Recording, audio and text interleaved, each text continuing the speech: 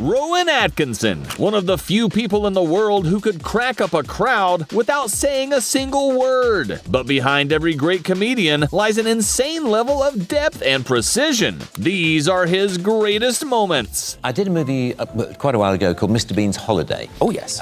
In which Mr. Bean... You're so casual about that. I did a film called Mr. Bean's Holiday. Well, does he look like an even bigger knob if he said, oh, well, of course you all know Mr. Bean's Holiday? You know, Yeah, exactly. so it's I'm trying to reduce my knob quotient. During an appearance on Stephen Colbert's show, Rowan Atkinson once told a story about the day Mr. Bean was born. Do you remember that night? Yes, I certainly remember the night. It was a one-off. It was a one-night review, and I was asked if I wanted to do something, and I couldn't think of anything, and just stood in front of a mirror, to be honest, and I just started pulling faces, I mean, for want of a better term, and I just sort of, was doing this. And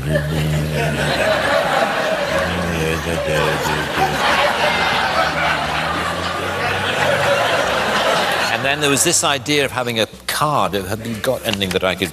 I'm just going to...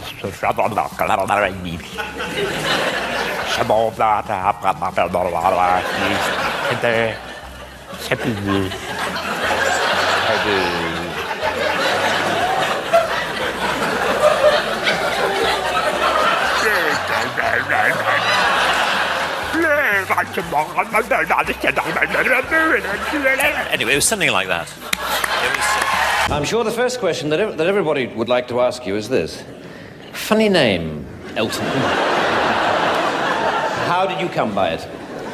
Well, I used to be in a band, and I wanted to become a singer in my own right, and I wanted to choose a name, and the saxophone player in the band was called Elton, so I chose that name. Did you ever consider John Elton?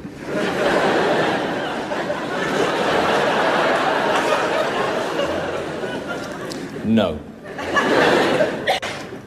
You didn't? Okay.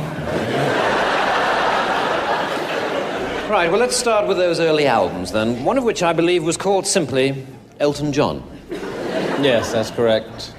And you didn't feel awkward with the name at all? I thought it sounded great, and, I thought people would be more interested in the music rather than the name.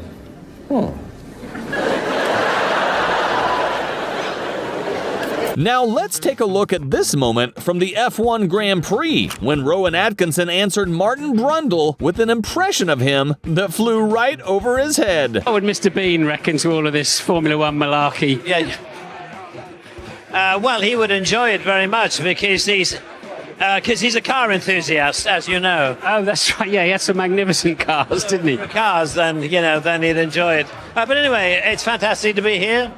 I'm a guest of George Russell, which is, it wasn't planned for me to be here on a weekend, when he got pole, but here we are. Rowan Atkinson name-dropping. Whatever next? I know. I'm here as a matter of fact, as a guest of George Russell. So. Oh, fantastic. So that's how privileged I am. I did a credit card commercial in New York a few years ago, and it was a story in which I had to play a bungling British secret agent. And there's this beautiful woman gets out of a limo in the middle of New York, and he sees her. And this scene was when I had to look at her as if I'd just fallen in love with her. Right. And the director said, just imagine that you've just seen your wife for the first time. And my wife happened to be on set at the time. And she said, no, that won't work. Tell him to look at her as if she's his new Aston Martin. Oh, well, and then it'll work. Oh, that'll work. And she was right. It inspired me no end. I looked at her like no woman has ever been looked at. Really? Can you give us that look? I'm curious. Yeah.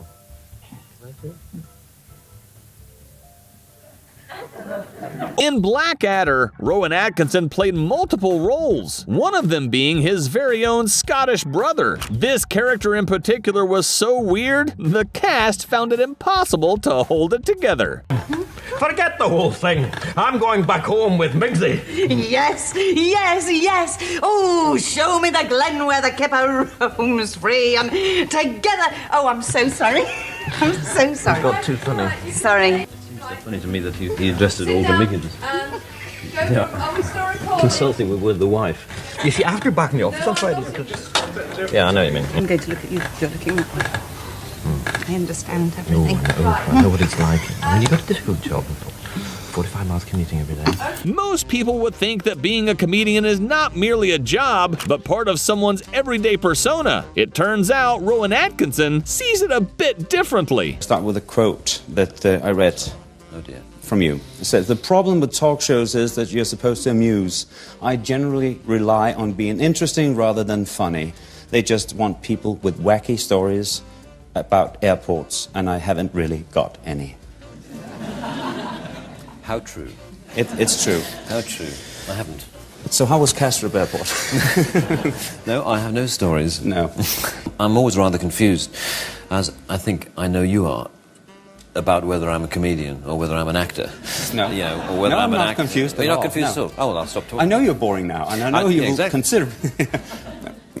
Exactly. You'll be nodding off in no time. In this next clip, Rowan Atkinson breaks down the inspiration behind Mr. Bean and why he believes the character grew to become so successful. I was based actually on a visit, on a holiday in Venice that I had in 1985, quite a long time ago. Wouldn't it be fun, because I had already started exploring just doing purely visual comedy. I'd explored it on stage, and I was interested in trying to put visual comedy through the character of Mr. Bean on TV.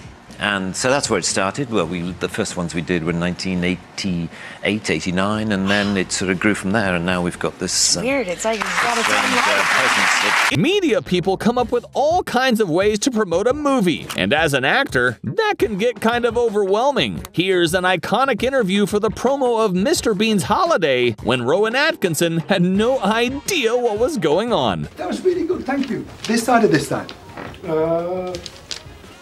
Right, how do you want to sit down? No, I'll get behind you. I see, I just sit here and you do don't nothing. have to do anything. Okay. Coming up on Sunrise this morning, we meet the lovely Mr. Rowan Atkinson. We talk about Mr. Bean's Holiday, and all you have to say is, if you miss it, you miss out.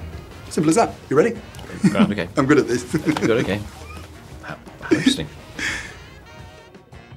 Morning, Neil Sean here on Sunrise. A man who needs no introduction, Mr. Rowan Atkinson, and we talk about Mr. Bean's Holiday. Remember though, Rowan? Oh, sorry? If you miss it, you miss out. Do you mind doing that again? Yeah, okay. Morning, Neil Sean here on Sunrise. This morning we meet Mr. Rowan Atkinson and we talk all about Mr. Bean's Holiday. Remember though, Rowan? What? If you miss it, you miss out. Oh, yes. Don't miss Rowan Atkinson on Sunrise this morning. You want to look at it? Look at what? Are we allowed? I don't know. I've just lost all contact with reality. I remember early on in the life of Mr. Bean getting lots of letters from people saying, "Oh, I'd love to have dinner with Mr. Bean. How hilarious that would be."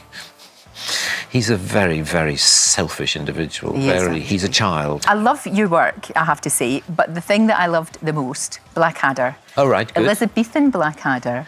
Oh, right. You became a sex symbol because of that. Oh, pish. No, it's not pish. It's true. Look, it was yes. It was just the whole persona, and you really suited the outfit. I have to say. Yeah, that costume. Yeah, sadly, I haven't had occasion to wear. Crisis, Baldrick, crisis! No marriage, no money, and more bills. For the first time in my life, I've decided to follow a suggestion of yours.